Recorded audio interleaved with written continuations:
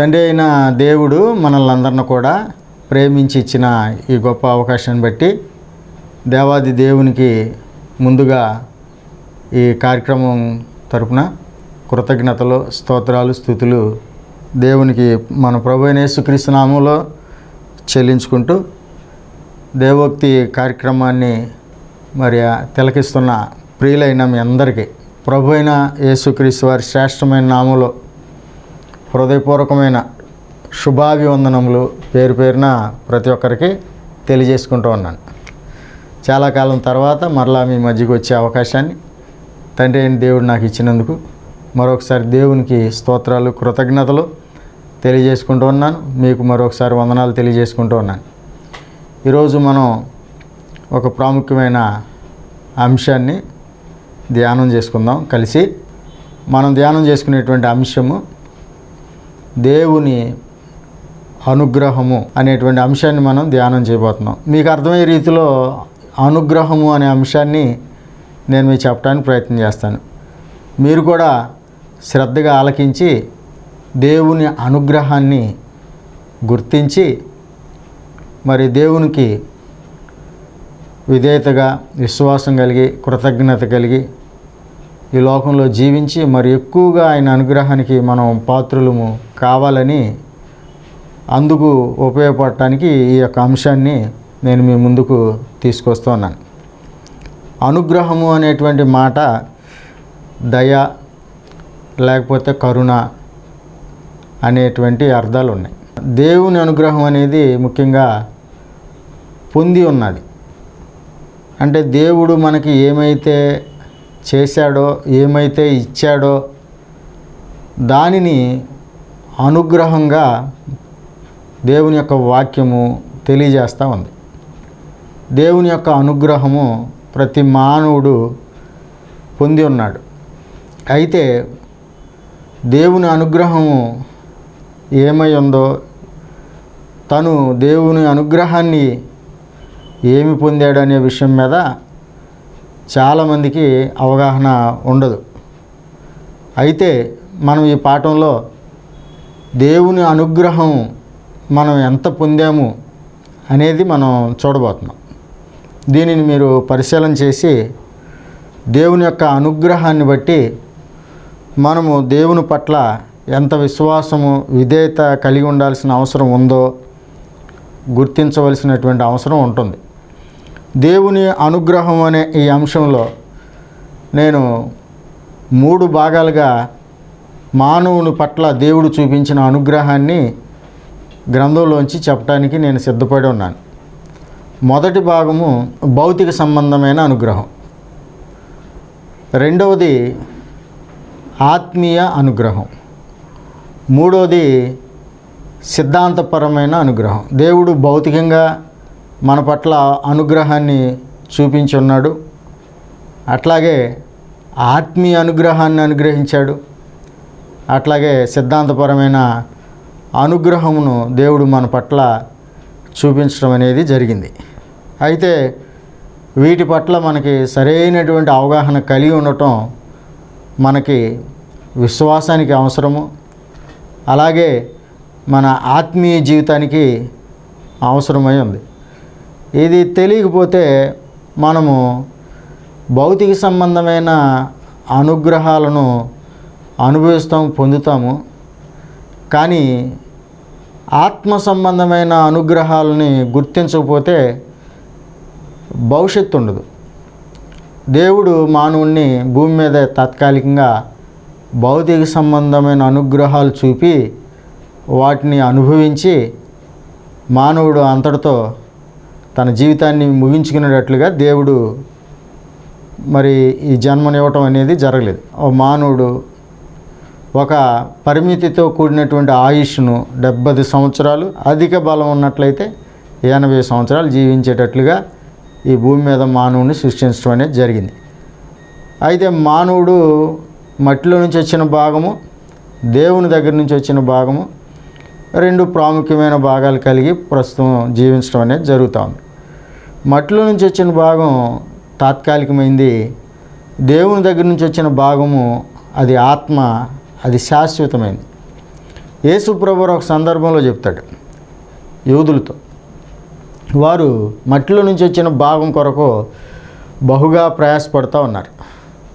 యేసు ప్రభువు దగ్గరికి వచ్చి కూడా మట్టిలో నుంచి వచ్చిన భాగమైన శరీరం కొరకు, శరీర అవసరాల కొరకు ఆయన్ని వెంబడించడం యేసు ప్రభువు వారు గుర్తించి ఆయన ఒక మాట చెప్తాడనమాట. 6వ అధ్యాయము 27వ వచనంలో అంటాడు యోహాను సువార్తలో, మీరు అక్షయమైన ఆహారం కొరకు కష్టపడండి, క్షయమైన ఆహారం కొరకు కష్టపడకండి. మీరు కేవలం శరీరానికి అవసరమైన ఆహారం కొరకే కష్టపడుతున్నారు, కానీ ఆత్మకు అవసరమైన ఆహారం కొరకు మీరు కష్టపడలేదు. దీనిని అంటే శరీర సంబంధమైన ప్రయాసను మానండి, ఆత్మ సంబంధమైన ప్రయాస పడండి అని చెప్పాడు యేసు ప్రభువు గారు. మనము మానమని చెప్పిన పని ఆసక్తిగా 24 గంటలు చేస్తూనే కానీ చెప్పిన పని మాత్రము చాలా నిర్లక్ష్యంగా ఉంటాం ఆ పని విషయంలో. అది మనకి ఏమాత్రము ఆశీర్వాదం కాదు. అందుకనే మనము భౌతిక సంబంధమైన దేవుని అనుగ్రహాలు మాత్రమే కాదు, ఆత్మ సంబంధమైన దేవుని అనుగ్రహాన్ని కూడా గుర్తించుకోవాల్సినటువంటి అవసరము, వాటి కొరకు కూడా మనం ఈ లోకంలో ప్రయాసపడి జీవించాల్సినటువంటి అవసరత ఉంది అనేది కూడా మనము గ్రహించాల్సినటువంటి అవసరం, గుర్తించాల్సినటువంటి అవసరము ఉంది. కాబట్టి మొట్టమొదటిగా ఈ యొక్క అంశంలో భౌతిక సంబంధమైన అనుగ్రహం, దేవుడు మన పట్ల చూపిన అనుగ్రహాన్ని గురించి నేను ముందుగా తెలియజేయాలి అని చెప్పేసి అనుకుంటున్నాను. ముందు మనము ఈ పాఠంలో చూసినట్లయితే భౌతిక సంబంధమైన దేవుని అనుగ్రహం మన పట్ల ఏమై ఉంది, ఏమి అనుగ్రహాన్ని దేవుడు మన పట్ల చూపించాడు అనే విషయాన్ని మనం చూద్దాం. ఇది భూమి మీద పుట్టిన ప్రతి మానవుడు పొంది ఉన్నాడు, ఈ అనుగ్రహాన్ని అనుభవిస్తూ కూడా ఉన్నాడు. అయితే అవగాహన లేకుండా ఉండే అవకాశం ఉంది, ఉన్నారు కూడా చాలామంది. దేవుడు మనకి ఏమి ఇచ్చాడనేది తెలియకుండా బ్రతికే వాళ్ళు చాలామంది ఉన్నారు. ఆయన ఇచ్చిన వాటితో బ్రతుకుతూ నాకు దేవుడు ఏం చేయలేదనేటువంటి ఆలోచన, అభిప్రాయాలు కలిగి ఉన్నటువంటి మనుషులను కూడా మనం చూస్తూనే ఉంటాం. అది చాలా దురదృష్టకరమైనటువంటి పరిస్థితి. మొట్టమొదట మనం చూసినట్లయితే భౌతిక సంబంధమైన దేవుని అనుగ్రహము, ఈ దేహము, మన దేహము దేవుని వలన మనకు అనుగ్రహించబడింది అనేటువంటి విషయము అపోస్తులైన పౌలు గారు కొరింథీలో ఉన్నటువంటి క్రైస్తవులతో మాట్లాడతాడు. 6వ అధ్యాయము 19-20 వచనాలు మనం ఒకసారి చూసినట్లయితే, మీ దేహములు దేవుని వలన మీకు అనుగ్రహింపబడి మీలోనున్న పరిశుద్ధాత్మకు ఆలయమై ఉన్నదని మీరు ఎరుగరా, మీరు మీ సొత్తు కారు అని చెప్పేసి అన్నాడు. దేహము మన సొత్తు కాదు, దేహము దేవుని అనుగ్రహం. మానవుడు తన దేహాన్ని చూసుకుని సంతోషిస్తాడు, మురుసుకుంటాడు, ఆస్వాదిస్తాడు, ఆనందిస్తాడు. తను బాగా అందంగా ఉంటే ఆనందిస్తాడు, లేకపోతే బలంగా ఉంటే అతిశయపడతాడు, బాగుంటే నా అంతటోడు లేడు అనేటువంటి ఆ యొక్క ఆలోచన, ఆ విధానంలో ఉంటాడు. కానీ దేవుడు అంటున్నాడు, ఈ దేహము మీ సొత్తు కాదు, అంటే దీనికి మీరు ఓనర్ కాదు, ఇది మీకు దేవుడు అనుగ్రహించాడు. కాబట్టి మీరు ఆ విషయాన్ని జ్ఞాపకం ఉంచుకోవాలి. దేవుడు అనుగ్రహించింది ఈ దేహము నా సొత్తు కాదు అనే అవగాహన మీరు కలిగి జీవించాల్సినటువంటి అవసరత ఉంది అనేటువంటి విషయాన్ని పౌలు గారు మాట్లాడాడు. అవగాహన ఉంటే మనం ఏం చేస్తామంటే శరీరాన్ని బట్టి, దేహాన్ని బట్టి అతిశయపడం. మనం ఒకవేళ అతిశయపడితే ప్రభువునందు అతిశయపడతాం. దేవుడు నాకు ఇచ్చిన ఆరోగ్యం, దేవుడు నాకు ఇచ్చిన అందమైన రూపం, అందమైన ఈ దేహం, దేవుడు నాకు ఇచ్చిన బలం అని చెప్పేసి మనం దేవునికి కృతజ్ఞతలు చెప్పుకునే వారంగా ఉంటాము. దేవుని కృప ఇదంతా నేనేమై ఉన్నా అనేటువంటి ఆ యొక్క అవగాహన కలిగి ఉంటాము తెలిస్తే. లేకపోతే మనము ఈ దేహం విషయంలో మన సొత్తు అన్నట్టుగా, లేకపోతే మనము అతిశయపడేటువంటి విధానం అనేది ఉంటుంది. దేవుడు అనుగ్రహించాడనేటువంటి అవగాహన ఈ భూమి మీద ఉన్న ప్రతి మానవుడు కలిగి ఉండటం తనకెంతో క్షేమం, తనకెంతో ఆశీర్వాదము అనే విషయాన్ని గమనించాలి. తెలుసుకున్న తర్వాత ఏం చేయాల్సి ఉంటుంది ఒక మానవుడు అని అంటే, దేహముతో దేవుని మహిమపరచాలి. దేహముతో దేవుని మహిమపరచాలి. దేవుడు ఇచ్చింది దేనికంటే తనని మహిమపరుస్తామని దేవుడు ఇచ్చాడు. ఆ దేహాన్ని ఆయన మహిమ కొరకు వాడతామని ఆయన ఇచ్చాడు. కానీ దేహాన్ని మన ఇష్టానుసారంగా మన శరీరేచ్ఛల కొరకు, మన భౌతిక సంబంధమైన ఆశల కొరకు, ఆలోచనల కొరకు ఉపయోగించి దాన్ని పాడు చేసుకుని పతనం చేసుకోవడానికి దేవుడు ఈ దేహాన్ని ఇవ్వలేదు. ఈ దేహంతో ఆయన్ని మనం మహింపరిచి తదనంతరము దేవుని కృప వల్ల ఆ శాశ్వతమైనటువంటి జీవంలోనికి, నిత్య జీవంలోనికి ఆత్మను నడిపించుకుంటామని ఈ దేహంతో దేవుని మహిమపరిచి, దేవుడు యేసుప్రభు రెండోసారి వచ్చినప్పుడు ఆయన ఇవ్వబోయే శాశ్వతమైనటువంటి మహిమను పొందటం కొరకు ఈ దేహాన్ని భూమి మీద దేవుని మహిమార్థమై మనం వాడుతామని దేవుడు మనకి అనుగ్రహించటం అనేది జరిగింది. కాబట్టి దేహము మన సొత్తు కాదు.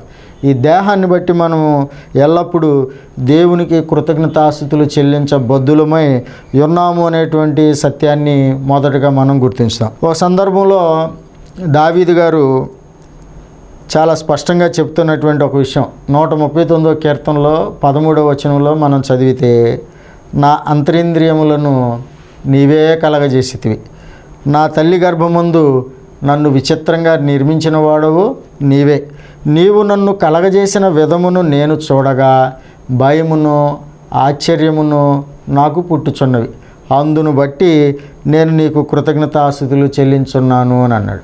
దేహము మనకి దేవుని వలన అనుగ్రహించబడింది. దేవుడు తల్లి గర్భంలో మనల్ని విచిత్రంగా నిర్మాణం చేశాడు. కాబట్టి మనకి దేహాన్ని ఇచ్చిన దేవుని పట్ల కృతజ్ఞత కలిగి ఉండటం అనేది యుక్తము, సరి, ఇది ఆశీర్వాదకరము అనేటువంటి విషయాన్ని, ఈ దేహాన్ని దేవుని మహిమ కొరకు వాడాలి అనేటువంటి సత్యాన్ని మనం ఎల్లప్పుడూ కూడా ప్రతి సమయంలో, ప్రతి సందర్భంలో జ్ఞాపకం ఉంచుకోవటము మంచిది అనేటువంటి విషయాన్ని మనం ఈ అంశంలో చూస్తున్నాం. రెండో విషయం ఏంటంటే, దేవుడు ప్రతి మానవుడికి అనుగ్రహించేది ఏంటంటే ఆహారము. ఆహారం అనేది దేవుని యొక్క అనుగ్రహం, దేవుని యొక్క దయ, దేవుని యొక్క కృప. ఈరోజు మనం భోజనం చేసామంటే దేవుని దయ. ఓ సందర్భంలో ప్రసంగి గ్రంథకర్త అంటాడు, 2వ అధ్యాయము 25వ వచనంలో, ఆయన సెలవు లేక భోజనం చేసి సంతోషించుట ఎవరికి సాధ్యము అని చెప్పేసి అని అంటాడు. తండ్రి అయినటువంటి దేవుడు సెలవు ఇవ్వకపోతే ఒక్క పూట భోజనం చేసి సంతోషించడం ఎవరికి సాధ్యం కానిటువంటి కార్యక్రమం. అందుకని క్రొత్త నిబంధనలో అపోస్తులైన పౌలు గారు చాలా స్పష్టంగా తెలియజేసినటువంటి విషయం, కొరింథీయులకు 2వ పత్రిక 9వ అధ్యాయం 10వ వచనంలో ఏమంటాడంటే, విత్తువానికి విత్తనమును తినుటకు ఆహారమును దయచేయు దేవుడు అని అన్నాడు. దేవుడు దయచేస్తాడు. విత్తనం దయచేసేది దేవుడే, ఆహారాన్ని దయచేసేది దేవుడే అని చెప్పేసి తెలియజేస్తాడు. చాలామంది ఏం ఆలోచన కలిగి ఉంటారంటే, ఆహారము దేవుని యొక్క దయ, దేవుని అనుగ్రహము, ఇది దేవుడు మనకు చేసిన మేలు అని చెప్పేసి అనుకోరు. సహజంగా ఏం ఆలోచన కలిగి ఉంటారంటే, మా కష్టార్జితం, మేము కష్టపడి, లేకపోతే మేము పండించుకుని, లేకపోతే మేము ఉద్యోగం చేసుకుని, మేము వ్యాపారం చేసుకుని, మేము సంపాదించుకుని మేము తింటున్నాము, మేము ఎవరి మీద ఆధారపడి లేము అనేటువంటి మాటను మాట్లాడుతూ ఉంటారు. అలాంటి ఆలోచన కలిగి ఉంటారు. భూమి మీద పుట్టిన ప్రతి మనిషి ఒకరి మీద ఒకరు ఆధారపడి బ్రతికేవాళ్లే, కానీ ఎవరి మీద ఎవరు ఆధారపడకుండా బ్రతికే అవకాశం అసలు ఎవరికీ ఉండదు. ఈవెన్ ప్రైమ్ మినిస్టర్కైనా, లేకపోతే ఇండియా ప్రెసిడెంట్కైనా, ఎవరైనా సరే, వాళ్ళు ఎంతటి వాళ్ళైనా సరే ఒకరి మీద ఒకరు, మానవుని మీదే ముందు ఆధారపడి బ్రతుకుతున్నారు. ఒకవేళ అట్లాంటిది ఏమి లేదు, నేనే వాళ్ళకి జీతాలు ఇచ్చి పోషిస్తున్నాను, నా కొరకు పనిచేసి పెడుతున్నారని అనుకుంటే దేవుని మీద ఆధారపడి బ్రతకాల్సిందే. దేవుడు ఆహారం దయచేయకపోతే మనం ఒక పూట కూడా కడుపు నింపుకునే దాని కొరకు అవకాశము లేదు. ఒక సందర్భంలో అపోస్తులైన పౌలు గారు యుకోనియా దేశంలో లోస్త్రా పట్టణంలో అపోస్తుల కార్యాలు 14వ అధ్యాయం మనం చూస్తే సువార్త ప్రార్థన చేస్తూ పనిలో పనిగా దేవుడు మనకి చేసేటువంటి మేలు మీరు తెలుసుకోండి అని అక్కడ ఉన్న ప్రజలకి వివరించడం అనేది జరిగింది. 14వ అధ్యాయం 16వ వచనంలో పౌలు గారు ఏమంటాడంటే, ఆయన గత కాలములలో సమస్త జనులను తమ తమ మార్గముల యందు నడవనిచ్చెను. ఆయనను ఆయన ఆకాశం నుండి మీకు వర్షమును ఫలవంతములైన ఋతువులను దయచేయుచు ఆహారమును అనుగ్రహించుచు ఉల్లాసముతో మీ హృదయములను నింపుచు మేలు చేయుట చేత తన్ను గురించి సాక్ష్యం లేకుండా చేయలేదని బిగ్గరగా చెప్పిరి అని చెప్పేసి అపోస్తులైన పౌలు గారు చెప్పినటువంటి మాటల్ని లూకా గారు రాశారు. ఇక్కడ గమనించినట్లయితే ఆహారము మనకు దొరుకుతుందంటే అది దేవుని మేలు అన్నాడు పౌలు గారు. దానిని మనం గుర్తించాల్సినటువంటి అవసరం ఉంది. మన దగ్గర ఎంత డబ్బులున్నా ఎంత బంగారం ఉన్నా అవి ఆకలి తీర్చవు. ఎప్పుడు అని అంటే రైస్ దొరకనప్పుడు. రైస్ దొరికితేనే మనం కడుపులు నింపుకోగలుగుతాం, మనం సంతోషంగా భుజించగలుగుతాం. ఎక్కడ కూడా రైస్ లేకపోతే మన నోట్లు కట్టలు మన కడుపుని నింపవు. మన బంగారం ఉంగరాలన్నీ తీసి మింగినా కానీ మన కడుపు నిండదు. కడుపు నిండాలంటే ఆహారం కావాల్సిందే. ఆహారం కావాలనంటే ఒక మానవుడు వ్యవసాయం చేయాల్సిందే. వ్యవసాయము పండాలంటే పరలోకమందున్న దేవుడు ఫలవంతమైన ఋతువులను దయచేయాల్సిందే, వర్షం కురిపించాల్సిందే. ఇవన్నీ కూడా జరగాలి. మన మానవుడు తన పని తను చేసి దేవుని కొరకు ఎదురు చూడాల్సిన పరిస్థితే. దేవుడు తన పని చేయలేదనుకోండి, అప్పుడు పంటలు పండవు, ఆహారం దొరకదు, మన కడుపులు నిండవు. కాబట్టి ఈ రోజున మనం కావలసిన ఆహారాన్ని కావలసినట్లుగా మనం తిని సంతోషిస్తున్నామంటే అది దేవుడు అనుగ్రహం, దేవుడు మనకు చేసిన మేలు అనేటువంటి సత్యాన్ని గుర్తించాల్సినటువంటి అవసరం ఉంది.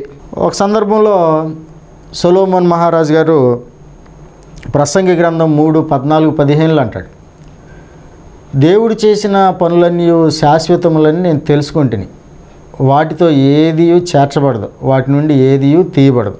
మనుషులు తన యందు భయభక్తులు కలిగి ఉండినట్లు దేవుడు ఇట్టి నియమం చేసి ఉన్నాడు అని అంటాడు. ఏంటది అని అంటే, అన్నపానములు పుచ్చుకొనుచు తన కష్టార్జితను సుఖముగా అనుభవించుట దేవుడిచ్చు బహుమానమే అని తెలుసుకుంటుని అని అంటాడు. ఒక మానవుడు తన కష్టార్జితాన్ని సంతోషంగా అనుభవిస్తున్నాడంటే, ఆహారం తీసుకుంటున్నాడంటే అది దేవుడిచ్చిన బహుమానము అని అన్నాడు. ఆ బహుమానాన్ని ఆయన ఎందుకు ఇస్తున్నాడయ్యా అని చెప్పేసానంటే, మనుషులు తన యందు భయభక్తులు కలిగి ఉంటారని దేవుడు ఇట్టి నియమం చేసి ఉన్నాడు అని చెప్పేసి అన్నాడు. భయభక్తులు కలిగి ఉండరు కానీ భోజనం మాత్రము 3 పూటలు ఖచ్చితంగా చేస్తారు. అందరూ చేస్తారు, భోజనం అందరూ చేస్తారు. కానీ దేవుడు ఆ భోజనాన్ని మనకు అనుగ్రహిస్తున్నాడనే అవగాహన లేకుండా ఉంటారు.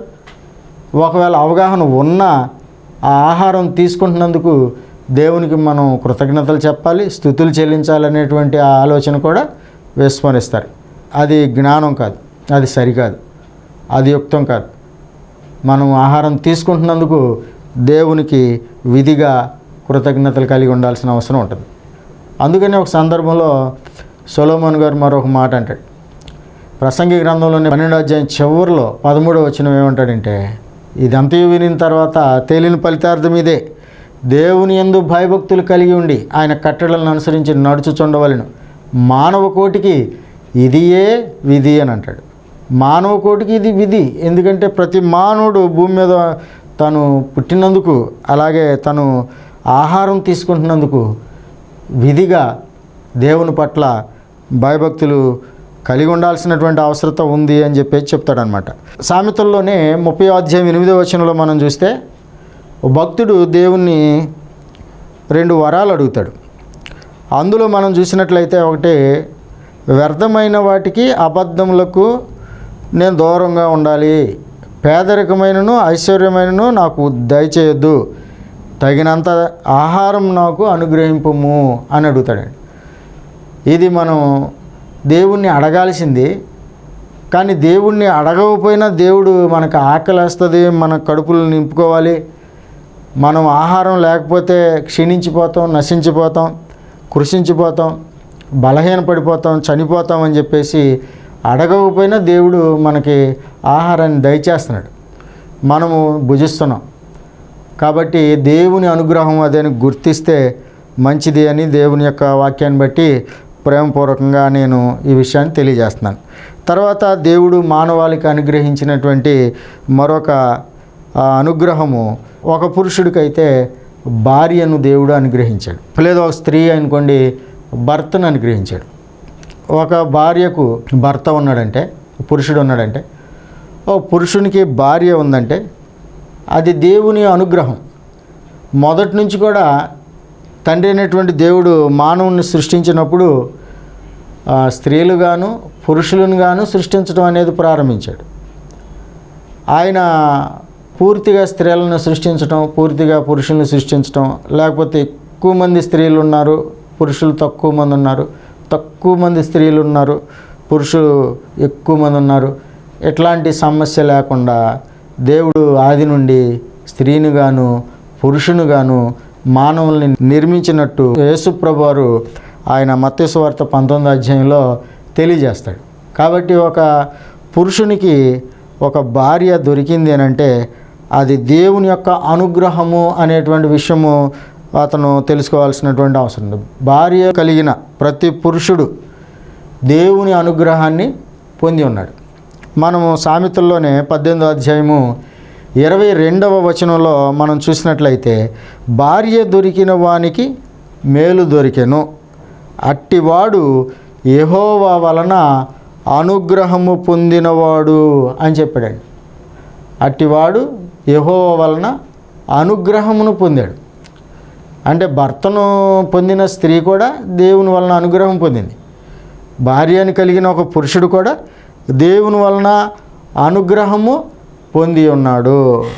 ఒక అందమైన భార్యని బట్టి సంతోషించేటువంటి ఒక పురుషుడు అదే సమయంలో తను గుర్తించుకోవాల్సినటువంటి విషయం ఏంటంటే, నాకు దేవుడు అనుగ్రహం చూపించాడు అని ఆమెను బట్టి ఆయన మాట్లాడగలగాలి. అట్లాగే పురుషుని బట్టి కూడా ఒక స్త్రీ తన భర్తను బట్టి దేవుడు నాకు అనుగ్రహించిన నా భర్త అనేటువంటి ఆ యొక్క ఆలోచన తను చేయాలి. తను ఆ ఆలోచన చేస్తూ అనుగ్రహం చూపినటువంటి దేవుని పట్ల విశ్వాసము, కృతజ్ఞత, అలాగే విధేయత, భయము, భక్తి ఇవన్నీ కలిగి ఉండాల్సినటువంటి అవసరత ఉంది అనేటువంటి విషయాన్ని మనము గమనించాల్సినటువంటి అవసరం ఉంది. ఆ తర్వాత 4వ విషయం మనం చూసినట్లయితే సంతానము దేవుని అనుగ్రహం. భార్య దేవుని అనుగ్రహము, అలాగే భర్త దేవుని అనుగ్రహము. వారిద్దరికీ దేవుడు గర్భఫలాన్ని ఇవ్వటం కూడా దేవుని అనుగ్రహము అనేటువంటి విషయము ప్రతి ఒక్కరు కూడా గుర్తించాల్సినటువంటి అవసరం. సంతానాన్ని బట్టి సంతోషిస్తారు, సంతానం లేకపోతే విచారిస్తారు, వేదన చెందుతారు, బాధపడతారు. పొందిన వాళ్ళు సంతోషిస్తారు. ఆ సమయంలో గుర్తుపెట్టుకోవాల్సినటువంటి విషయం ఏంటంటే, దేవుడు నాకు అనుగ్రహించిన సంతానము అనేది మర్చిపోకూడదు. వారిని బట్టి కృతజ్ఞత కలిగి ఉండాలి. వారిని దేవుని యొక్క మార్గంలో పెంచాలి. వారిని అనుగ్రహించినందుకు దేవుని పట్ల కృతజ్ఞత కలిగి ఉండాల్సినటువంటి అవసరం ఉంటుంది. పిల్లల్ని బట్టి సంతోషపడటం, వాళ్ళని మురుసుకోవటం, వాళ్ళని ప్రేమించటం, వారి కొరకు త్యాగాలు చేయటం మాత్రమే కాకుండా వారిని తమకు ఇచ్చినటువంటి దేవుని పట్ల కూడా విశ్వాసము, విధేయత కలిగి ఉండాల్సినటువంటి అవసరం ఉంటుంది. ఇంకొక ముఖ్యమైన విషయం ఏంటంటే, అందరికీ సంతానాన్ని ఇచ్చే దేవుడే, కానీ ఆయన ఉద్దేశం ఏంటో అది కూడా తెలియజేశాడు. ఆయన ఇచ్చి ఎందుకు ఇచ్చాను అనేది కూడా తెలియజేశాడు. మీరు ఎఫెసీయులు రాసిన పత్రిక 1వ అధ్యాయం 4 నుంచి 6 వచనాలు చూడగలిగితే, దేవుడు ప్రేమతో యేసుక్రీస్తునందు మానవుల్ని సృష్టించాడని, అది కూడా తన కోసం సృష్టించాడని స్పష్టంగా రాయబడింది. మనం కావాలని కోరుకుంటాము, దేవుడు మనకి ఇచ్చాడు, మనం ఆనందిస్తున్నాం, సంతోషిస్తున్నాం. అదే సమయంలో మనము దేవుని కొరకు పెంచగలిగితే వారు మనకి ఉపయోగపడతారు, దేవునికి ఉపయోగపడతారు, సమాజానికి ఉపయోగపడతారు, ఆత్మకు వారు ప్రయోజనాన్ని పరమార్థాన్ని చేకూర్చుకోగలుగుతారు. అది కూడా మనం గమనించాల్సినటువంటి అవసరం ఉంది. దేవుడిచ్చిన సంతానము అనేది గుర్తుపెట్టుకోవాలి. తర్వాత 5వ విషయము విద్య, చదువులు కూడా దేవుని యొక్క అనుగ్రహం. మనము దానియేలు గ్రంథం 1వ అధ్యాయము 17వ వచనంలో మనం చూసినట్లయితే షడ్రకు, మెషకు, అబేద్నెగో, దానియేలును గురించి స్పష్టంగా ఒక విషయం రాయబడింది. అదేంటంటే, ఈ నలుగురు బాలుర సంగతి ఏమనగా దేవుడు వారికి జ్ఞానమును సకల శాస్త్ర ప్రావీణతయు వివేచనయు అనుగ్రహించెను. మరియు దానియేలు సకల విధములకు దర్శనములను స్వప్న భావములను గ్రహించు తెలివి గలవాడై ఉండెను. ఇక్కడ మనం చూసినట్లయితే ఇది దేవుడు వారికి అనుగ్రహించాడు జ్ఞానమును, సకల శాస్త్ర ప్రవీణతను, వివేచనయు అని అన్నాడు. ఒకవేళ మన పిల్లలు లేకపోతే మనము బాగా చదువుకున్నట్లయితే, గొప్పవాళ్ళమైనట్లయితే, ప్రావీణ్యత సంపాదించినట్లయితే, ఒకవేళ సైంటిస్టులు అయినట్లయితే, ఇంజనీర్లు అయినట్లయితే, డాక్టర్లు అయినట్లయితే, ఇది దేవుని అనుగ్రహం. ఇది కూడా జ్ఞానము ఆయనే మనకు అనుగ్రహించింది. దేవుడు అనుగ్రహించిన జ్ఞానమును ఉపయోగించుకుని చదువుకుని గొప్పవాళ్ళము అవుతున్నాం, గొప్పవాళ్ళు అవుతారు. ఇది కూడా దేవుని అనుగ్రహం అని గుర్తించి గర్వించకుండా, అతిశయించకుండా, దేవునికి కృతజ్ఞత కలిగి, అలాగే విధేయత కలిగి, వినయం కలిగి, దేవుని కృప వలన నేను సకల శాస్త్ర ప్రావీణ్యతను కలిగి ఉన్నాను, వివేచన కలిగి ఉన్నాను, జ్ఞానాన్ని కలిగి ఉన్నాను, లేకపోతే ఈ అనేకుల్ని మించి నేను సామర్థ్యం కలిగి ఉన్నాను, చదువుకున్నాను, లేకపోతే జ్ఞానం కలిగి ఉన్నాను అని చెప్పేసి దేవునికి ఆ యొక్క స్థితినిచ్చిన దేవునికి కృతజ్ఞత కలిగి జీవించాల్సినటువంటి అవసరము, కృతజ్ఞతలు చెల్లించాల్సినటువంటి అవసరత ఉంటుంది అనేటువంటి విషయాన్ని గుర్తించాల్సినటువంటి అవసరము ఉంది. తర్వాత 7వ విషయాన్ని చూసినట్లయితే ఆనందం. తర్వాత 8వ విషయం చూసినట్లయితే అధికారం. ఆనందం కానీ అధికారం కానీ దేవుడిచ్చేదే. తెలివి, చదువు, జ్ఞానము, ఆనందము, అధికారము ఇవన్నీ దేవుని వలన కలిగేవి. ఒకవేళ వీటిని మనం మన జీవితకాలంలో పొందినట్లయితే అందును బట్టి మనం దేవునికి కృతజ్ఞతాస్తుతులు చెల్లించబద్దులమై ఉంటాం. కాబట్టి ఈ విషయాన్ని మనము గమనించాల్సినటువంటి అవసరం ఉంది. ఇక్కడ చూసినట్లయితే దానియేలు గ్రంథం 4వ అధ్యాయం 17వ వచనంలో ఈ ఆజ్ఞ జాగరూకులకు దేవదూతల ప్రకటనను అనుసరించి జరుగును, నిర్ణయమైన పరిశుద్ధుల ప్రకటనను అనుసరించి సంభవించును. మహోన్నతుడకు దేవుడు మానవుల రాజ్యం పైని అధికారి అయ్యుండి తాను ఎవరికి నిశ్చయించునో వారికి అనుగ్రహించుననియు వగైరా సంగతులు. అంటే దేవుడు మానవుల రాజ్యముల పైన అధికారి అయి ఉన్నాడు. అంతే, ఆయన అందరికీ పైగా ఉన్నవాడని క్రొత్త నిబంధన చాలా తేటగా తెలియజేస్తోంది. అంతేకాదు, ఆయన ఎవరికి అధికారం ఇవ్వాలనుకుంటే వాళ్ళకి ఆయన ఇస్తాడు. అందుకనే క్రొత్త నిబంధనలో పౌలు గారు ఏమంటాడంటే 13వ అధ్యాయం రోమీలకు రాసిన పత్రిక 1వ వచనంలో ప్రతివాడును పై అధికారులకు లోబడి ఉండవలెను, ఏలయనగా దేవుని వలన కలిగినది తప్ప మరి ఏ అధికారమును లేదు. ఉన్న అధికారములు దేవుని వలననే నియమింపబడి ఉన్నవి. ఈ విషయం అధికారులకి తెలియచ్చు, తెలియపోవచ్చు. తెలిసిన వాళ్ళు నాకు పైన దేవుడు ఉన్నాడని భయపడి వారు జ్ఞానంగా దేవునికి లోబడి భయభక్తులు కలిగి పరిపాలన చేస్తాడు. తెలియనివాడు ఎర్రవీగి అహంకారంగా ప్రవర్తిస్తాడు. అయితే తదనంతరము దేహంతో జరిగించిన వాడి ఫలం పొందినట్లు దేవుని న్యాయపీఠం ఎదుట నిలబడినప్పుడు దాని యొక్క ఫలితాన్ని పొందుతాడు. కాబట్టి ప్రతి మానవుడు తెలుసుకోవాల్సినటువంటి విషయం ఏంటంటే ఏ స్థితిలో ఉన్నా ఆ స్థితిని దేవుని యొక్క అనుగ్రహం వలన నేను పొందానని తెలుసుకుని ఆ స్థితిని బట్టి సంతోషిస్తూ, ఆ స్థితిని ఆస్వాదిస్తూ, అనుభవిస్తూ, ఆనందిస్తూ, అదే సమయంలో ఆ స్థితిని మనకు దయచేసినటువంటి దేవుని పట్ల విశ్వాసము భయభక్తులు కలిగి ఉండటము అది మన యొక్క నైతిక బాధ్యత, నైతిక ధర్మము అనేటువంటి విషయాన్ని ప్రతి ఒక్కరూ గుర్తించుకుని దేవుని వలన మనం అనుగ్రహం పొందామని, దేవుని పట్ల విశ్వాసము భయభక్తులు కలిగి ఉండాల్సినటువంటి అవసరత ఉంది అనేటువంటి విషయాన్ని మనందరము ఆలోచన చేయాలని ప్రభు పేరిట నేను తెలియజేస్తూ ఇంతటితో ఈ మొదటి పాయింట్ నేను ఆపేస్తున్నాను. దేవుని చిత్తాన్ని బట్టి తర్వాత వారం రెండో పాయింట్ ఈ అంశానికి సంబంధించి మనం చెప్పుకోవడానికి ప్రయత్నం చేద్దాం. దేవుడు మనల్ని ప్రేమించి ఇచ్చిన ఈ అవకాశాన్ని బట్టి మరొకసారి దేవునికి కృతజ్ఞతలు. అలాగే ప్రభునామములో ప్రియులైన మీ అందరికీ మరొకసారి హృదయపూర్వకమైన శుభాభివందనాలు తెలియజేసుకుంటున్నాను. ప్రార్థన చేసుకుని ఈ యొక్క అంశాన్ని ముగించుకుందాం. జీవం గల తండ్రి, దేవాది దేవ, మన ఆయన మీ ఘనమైన నామానికి ప్రభువైన యేసుక్రీస్తు నామములో స్తోత్రాలు స్తుతులు తెలియజేసుకుంటూ ఉన్నాను. మీ అపారమైన ప్రేమ ఉచితమైన కృపను బట్టి కృతజ్ఞతలు. మా పట్ల మీరు చూపిన అనుగ్రహాన్ని మేము ఒకసారి ఆలోచన చేయడానికి, మరొకసారి వినటానికి, ఒకవేళ ఇంతకుముందే విని ఉంటే నెమరు వేసుకోవడానికి మీరు ఇచ్చిన గొప్ప తరుణాన్ని బట్టి మీకు స్తోత్రాలు.